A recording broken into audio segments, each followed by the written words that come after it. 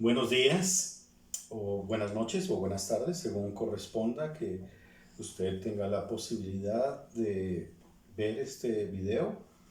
Gracias al Señor porque Él nos permite transmitir este mensaje para el alcance de mucha gente.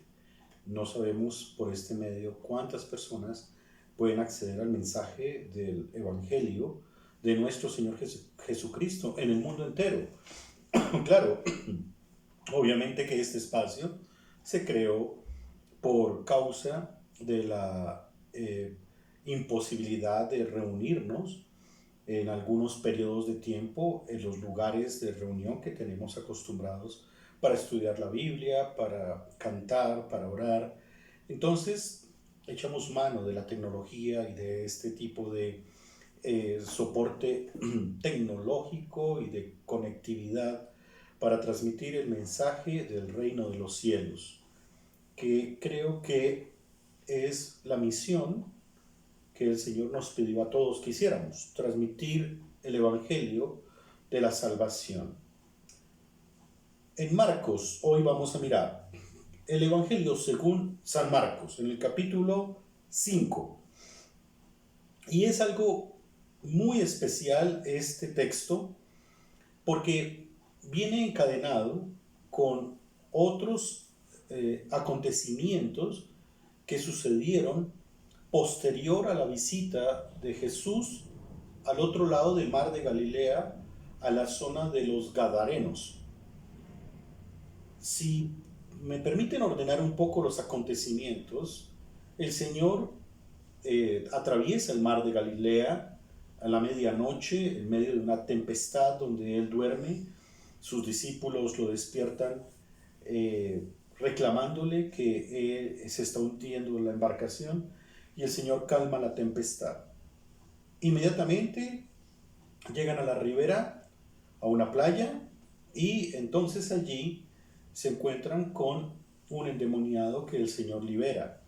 Ese endemoniado, ya libre de su azote, como dice la palabra, libre de su posesión, le pide a Jesús que lo deje seguir. Pero Jesús, nuestro Señor, le dice que fuera a Decápolis, a las 10 ciudades, y transmitiera, expresara el testimonio de lo que él había hecho con este personaje, convirtiéndose en primer enviado del Señor de manera no oficial, pero sí de manera especial y cariñosa para que predicara del testimonio de Jesucristo. Cuando él se devuelve, porque los habitantes de la región de Gadara lo echan, lo expulsan, él se devuelve. Allí hay varios acontecimientos entre los que vamos a mirar pero hay uno que se encuentra en este escenario de ese día y es la visita que el Señor hace a la casa de Leví, llamado también Mateo. Él siendo un publicano, entonces el Señor lo observa, llega a él y hace Mateo una reunión donde invita al Señor Jesús y a los discípulos en ese momento. Y bueno, allí es señalado por los fariseos de que él se mete con los pecadores publicanos y sus amistades. Pero en ese mismo escenario también se encuentra la narración de hoy. Y entonces es algo impactante el hilo conductor que lleva al Evangelio, y esta narración se encuentra también en el Evangelio de Mateo y también en el Evangelio de Lucas, siendo complemento de la narración que vamos a leer en Marcos, que es una narración extensísima y que voy a empezar a leer. Marcos capítulo 5, versículo 21. Voy a leerlo. Pasando otra vez Jesús en una barca a la otra orilla, se reunió alrededor de él una gran multitud, y él estaba junto al mar. Y vino uno de los principales de la sinagoga, llamado Jairo, y luego que le vio, se postró a sus pies, y le rogaba mucho, diciendo: mi hija está agonizando, ven y pon las manos sobre ella para que sea salva y vivirá.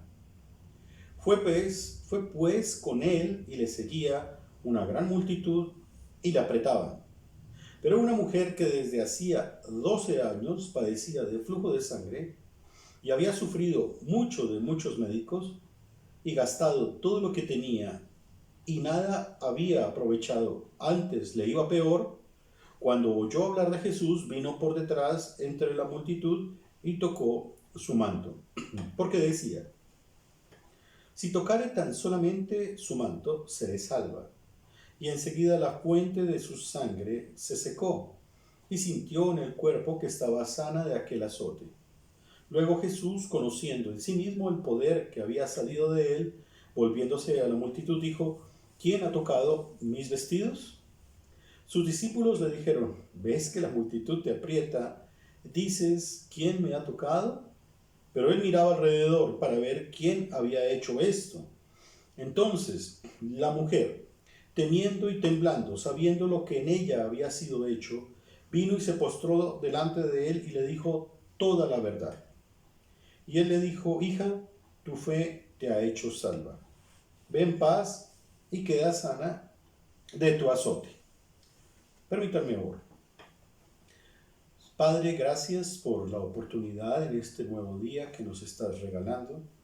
Gracias por la misericordia y la compasión que tienes con nosotros. Gracias, Señor, porque en medio de todo tú nos cuidas, nos amparas, pero también nos animas por medio de estas lecturas de tu palabra, lecturas de la Biblia, que si bien son historias, no son ficticias, no son inventos, fueron reales. Y aquí encontramos la fuente no solamente de la vida eterna, sino también del consuelo y la fortaleza que se requiere para seguir perseverando y seguir esforzándonos en el camino del cielo. El camino del cielo que eres tú, Señor Jesús. Gracias por revelarte, gracias por expresar tu palabra y que en esta hora, Señor, tú nos estés bendiciendo. En Cristo Jesús. Amén. Es una narración doble de dos milagros. Uno, donde se nos presenta la petición de que por favor vaya a una casa a atender a una niña de 12 años. Y otra, o sea, que es el propósito original, donde el Señor va caminando.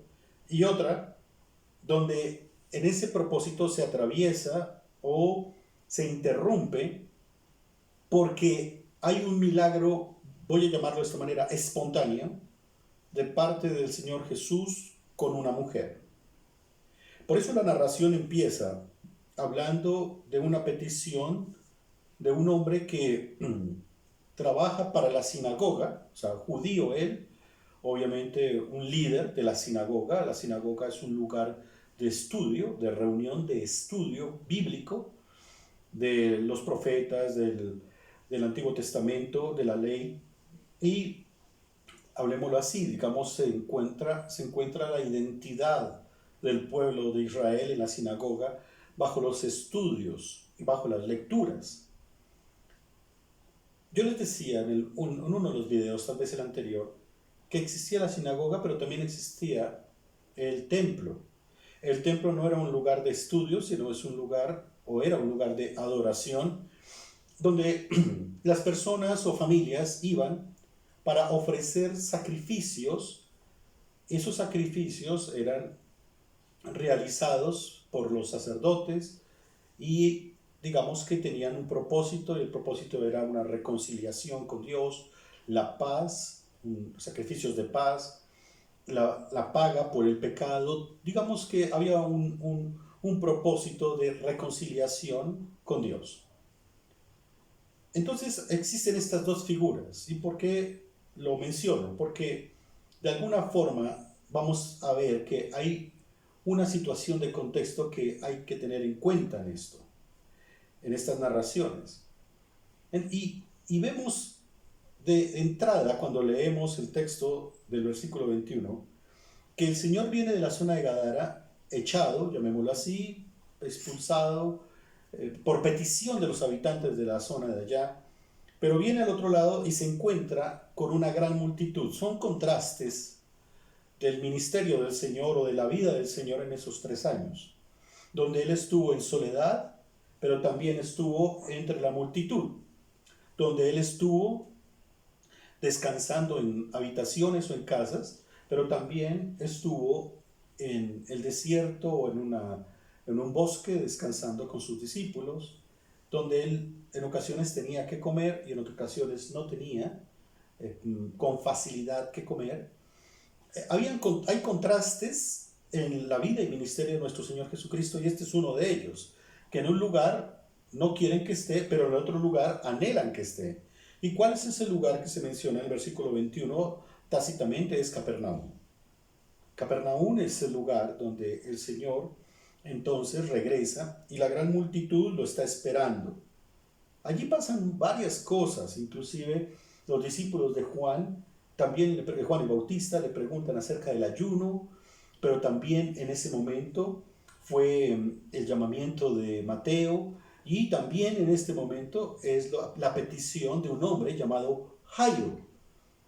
Y dice el versículo 22, y vino uno de los principales, en medio de la multitud, de la sinagoga, vino uno de los jefes de la sinagoga, llamado Jairo, y luego que le vio, se arrodilló a los pies de Jesús, se postró a los pies de Jesús.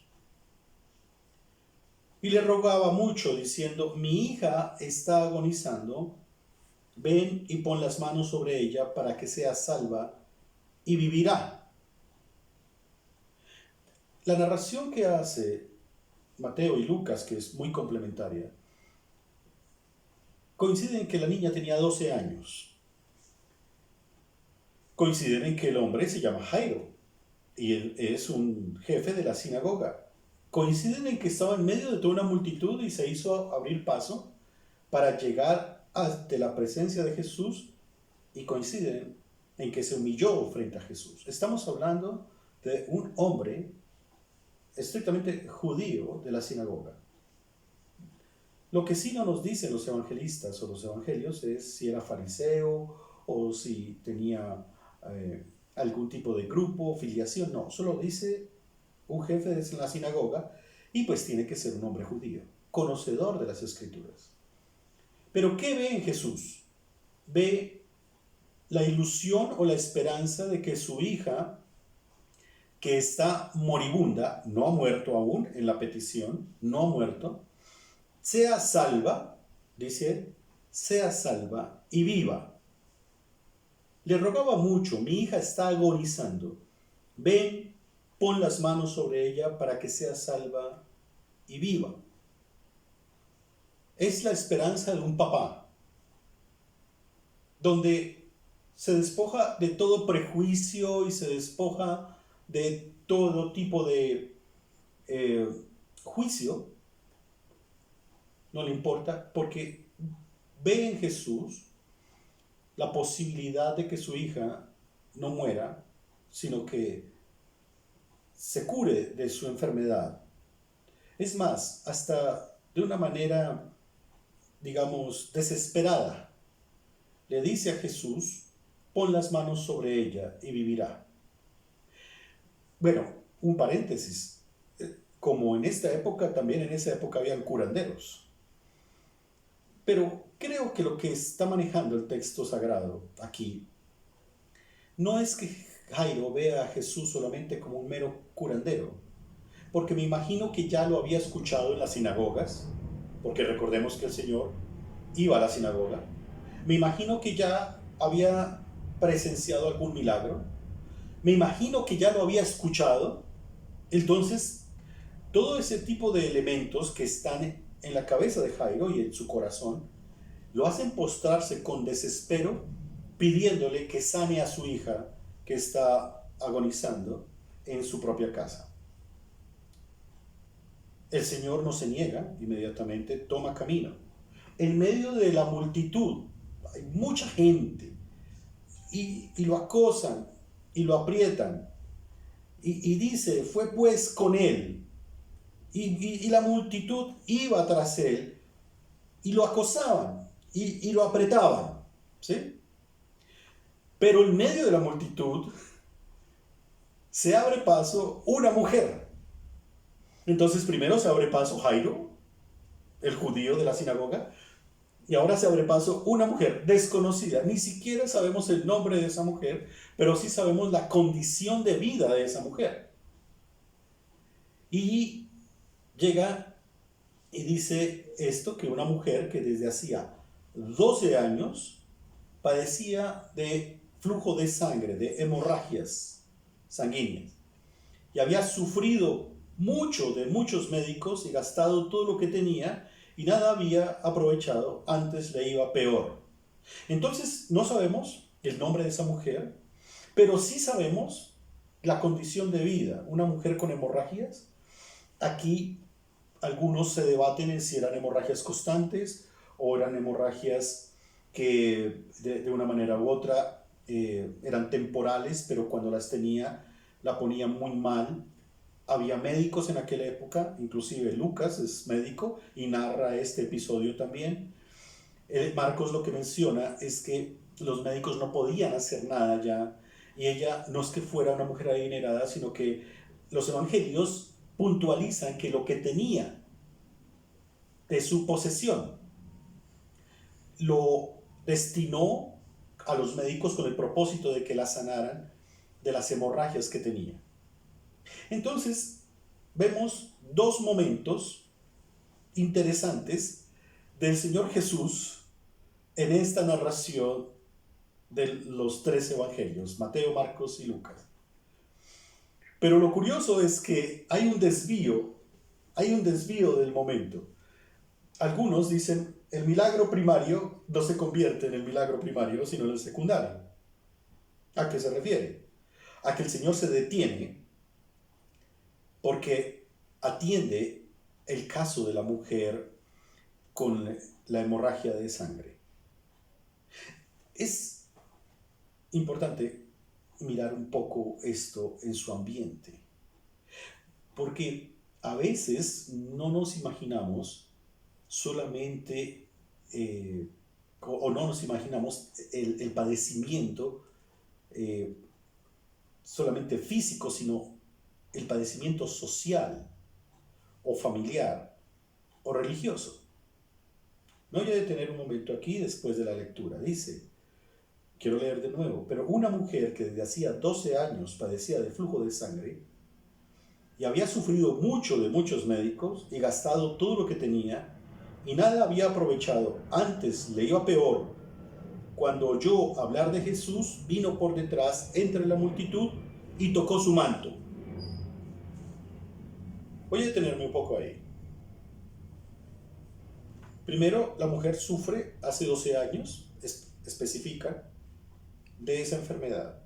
Y la niña que va a ser después sanada por el Señor, o resucitada, porque la niña cuando llega a la casa ya está muerta, también tenía 12 años. Son esas narraciones que tienen un paralelo en algo. Segundo, Jairo es un hombre reconocido porque no estamos hablando de un hombre adinerado, estamos hablando de reconocimiento, porque es un principal de la sinagoga. En esto coinciden las narraciones. Jairo es principal, es decir, es reconocido.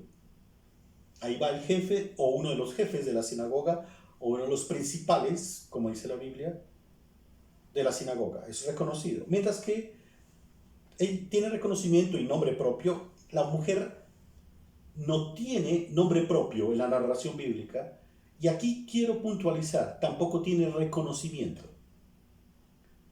Abramos un poco el espectro de la situación. Es una mujer enferma, pero no de cualquier enfermedad. Es única esta narración, o mejor, el Señor, digamos que en las narraciones bíblicas, a los ciegos, en plural, los deja viendo, también a los que están en discapacidad física, los pone a caminar. Pero este caso en la narración bíblica es único y tiene que ver con algo que hay que comprenderlo no solamente desde el punto de vista de una enfermedad física, sino que en la trayectoria de una enfermedad o en el proceso de una enfermedad cuando la persona se da cuenta que no es curable o que no llega a su cura o no hay una solución, y esto patológicamente hablando es una realidad, la persona empieza a buscar no solamente soluciones de médicos, sino de lo que probablemente pueda surgir en una comunidad, en una sociedad, como tal vez tomar algo de aromáticas o ir a otro tipo de medicamentos o acudir a personas con ciertos dones especiales de curación, en fin. Pero también por otro lado, en ese afán de cura, la persona se empieza a preguntar y empieza a buscar respuestas a esa pregunta: ¿por qué sufro de esto? ¿Por qué a mí?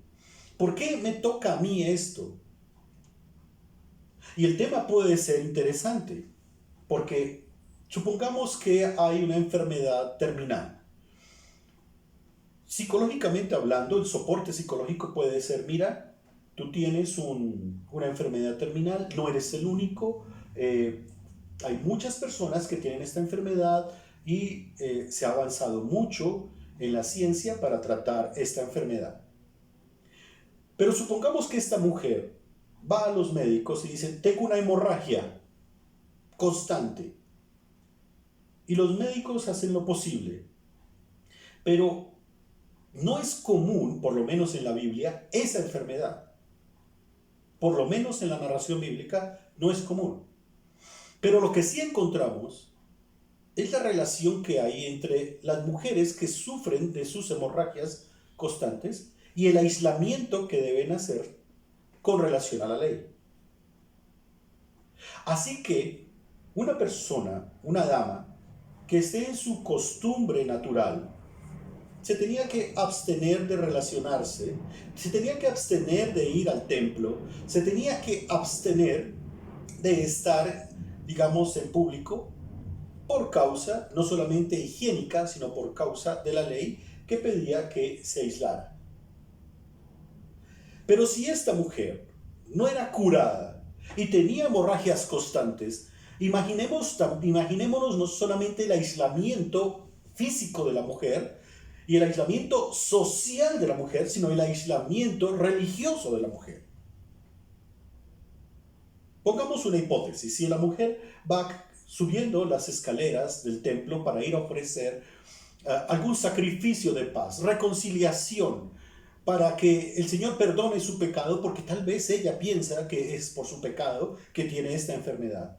Pero los que cuidan la entrada del templo dicen: no, mira, estás enferma, tú no puedes entrar. La ley dice que hasta que no termines tu periodo, no puedes acercarte a ofrecer sacrificios, ¿sí? Pero si ella padecía de esto 12 años, díganme cuándo ella había tenido la oportunidad de acercarse a Dios en la figura del templo y ofrecer sacrificios de perdón de pecados. Nunca. La respuesta es que este es el mismo caso de exclusión en una modalidad del caso mismo de exclusión del mismo Mateo, Leví, que era publicano, que tampoco tenía entrada al templo, y de la exclusión del endemoniado al otro lado del río, al otro lado del mar, en la zona de Gadara, por ser un endemoniado. Estamos viendo tres modelos de exclusión: el endemoniado, el publicano y la mujer con hemorragias. Y es una misma sociedad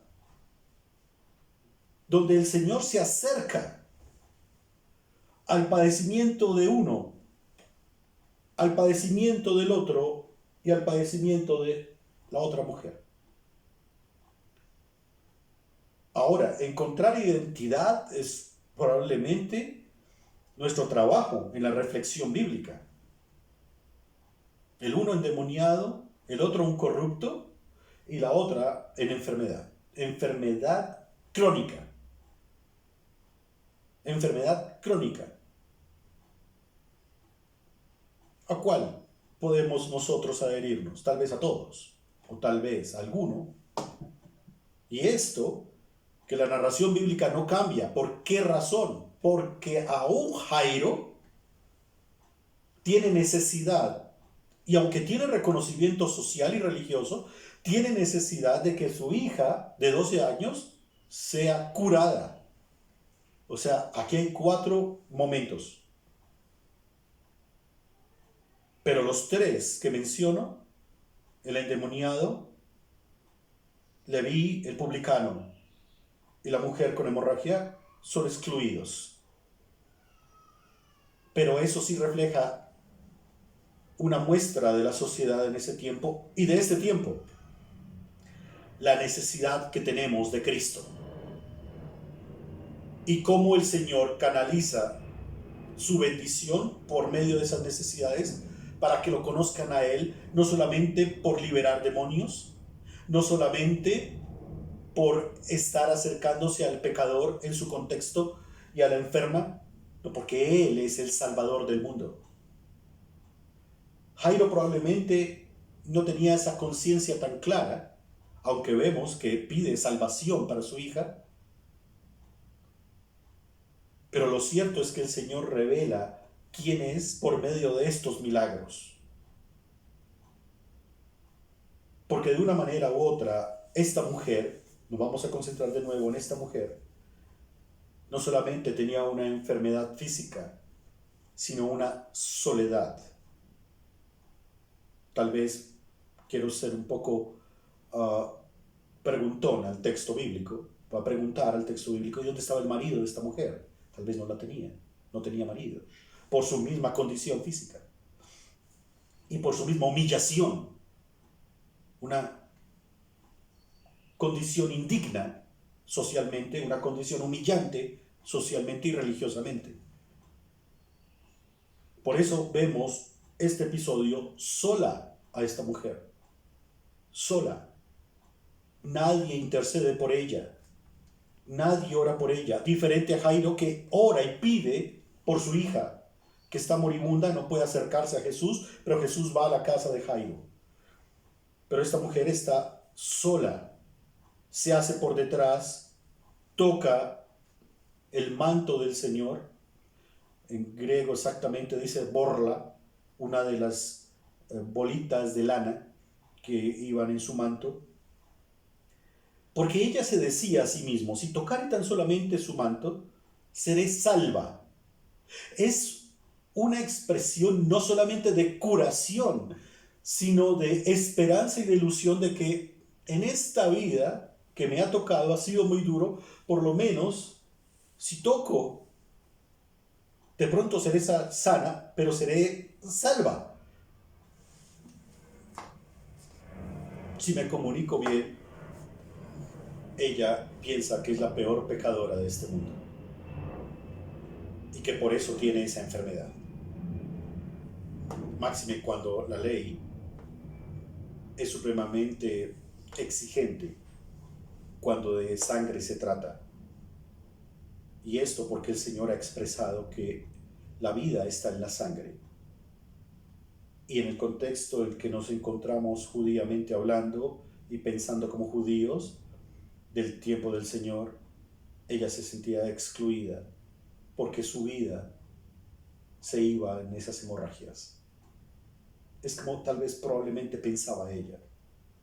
Hoy en día tal vez tenemos una perspectiva diferente, pero hizo lo que tenía que hacer, ir a los médicos, y no pudieron curarla. Ella quería ser alguien en la sociedad, en la comunidad. Prácticamente se puede asemejar un poco a los mismos sentimientos que un leproso podría sentir, aislados, apartados. Así que ella encontró esa esperanza en Cristo, pero no tenía ni se atrevía a tocarlo. ¿Por qué? Porque obviamente en el ambiente era algo atrevido. Y pues lo que hace ella es tocar no al Señor, sino su vestido, su manto. Y enseguida la fuente de su sangre se secó y sintió en el cuerpo que estaba sana de aquel azote. Se curó. El Señor no hizo absolutamente nada en cuanto a un propósito dirigido hacia ella, pues por lo menos en su humanidad, sino que iba caminando hacia la casa de Jairo. Pero aquí viene esto que es incomprensible, tal vez para nosotros, pero primeramente para los discípulos. Jesús luego, conociendo en sí mismo el poder que había salido de él, volviéndose a la multitud, dijo: ¿Quién ha tocado mis vestidos? Los discípulos le dijeron, y esto es algo atrevido: ¿ves que la multitud te aprieta y dices, ¿quién me ha tocado? Pero él miraba alrededor para ver quién había hecho esto. Entonces la mujer, temiendo y temblando, sabiendo lo que en ella había sido hecho, vino y se postró delante de él y le dijo toda la verdad. O sea, le expresó todo. Y él le dijo: hija, tu fe te ha hecho salva, de salvación, de perdón de pecados. ¿Cuáles eran? No sabemos. Me imagino que la misma condición de pecado con que nacemos todos. Ve en paz.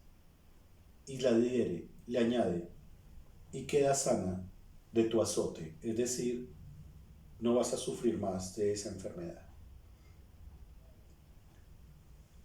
Hay que darnos cuenta de que el Señor está interesado en salvar las almas nuestras, pero también de todo lo que nosotros representamos. Somos integrados o integrales. Una enfermedad puede traernos también un desánimo y viceversa. Somatizamos una depresión o un desánimo y se convierte en una enfermedad crónica o tal vez aguda. Pero el Señor es suficiente. En esta narración sobresalen las dos expresiones del Señor en cuanto a salvación y sanidad. Y lo dice, y aunque la mujer buscaba una respuesta, como hoy en día se dice mucho, una inclusión de su soledad y de su humillación y de su condición indigna, el Señor se la otorga. Veo en el Evangelio que el Señor llega a la gente en sus condiciones y los salva y los sana de su pecado y los sana de su flagelo. Veo que el Evangelio hoy en día, cuando es predicado, hace lo mismo. Claro, pero como esta mujer, si estás enfermo, ve al médico. Pero por lo menos sabemos que si no tenemos una solución a nuestra enfermedad tan fácil, no es por causa del pecado, porque ya fue perdonado por Cristo, sino tal vez por causa de que nosotros necesitamos depender del Señor por ese medio también. Es la sabiduría divina con nosotros, porque a Leví le sanó su avaricia y codicia, al endemoniado de Gadara le sanó la posesión demoníaca, y a esta mujer le sana de su enfermedad sanguínea. ¿De qué te ha sanado el Señor? Pero sea lo que sea, te ha sanado de tu pecado. Y si no te ha sanado de tu pecado, pídele al Señor que te sane de tu pecado. Porque al sanar el Señor tu pecado, te salva. Pídele al Señor que tú seas salvo. Pídele al Señor que inclusive en el contexto en que te encuentres, seas salvo. Han sido muchas las personas que han fallecido por causa del COVID en más de un año. En nuestro país, en mi ciudad, en el mundo entero.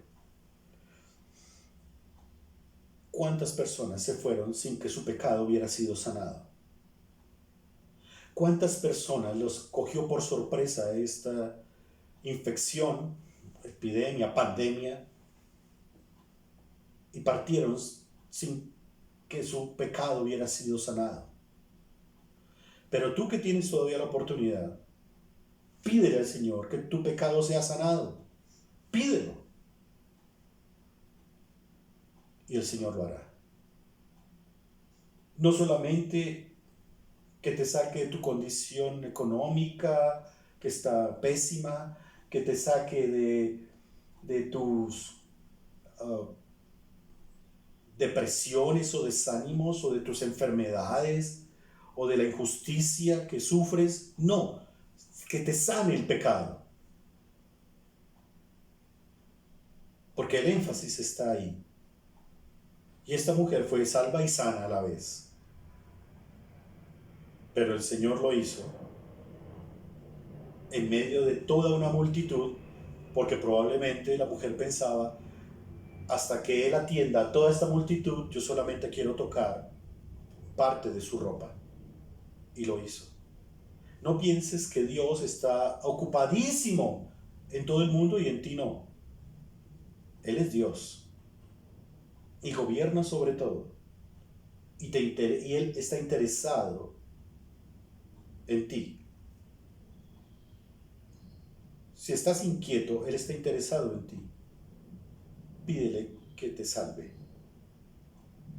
Porque sería muy triste, supremamente lamentable, no que tengas que morir enfermo, sino que tengas que morir sin ser sanado de tu corazón, de tu pecado. Que el Señor te bendiga. Gracias.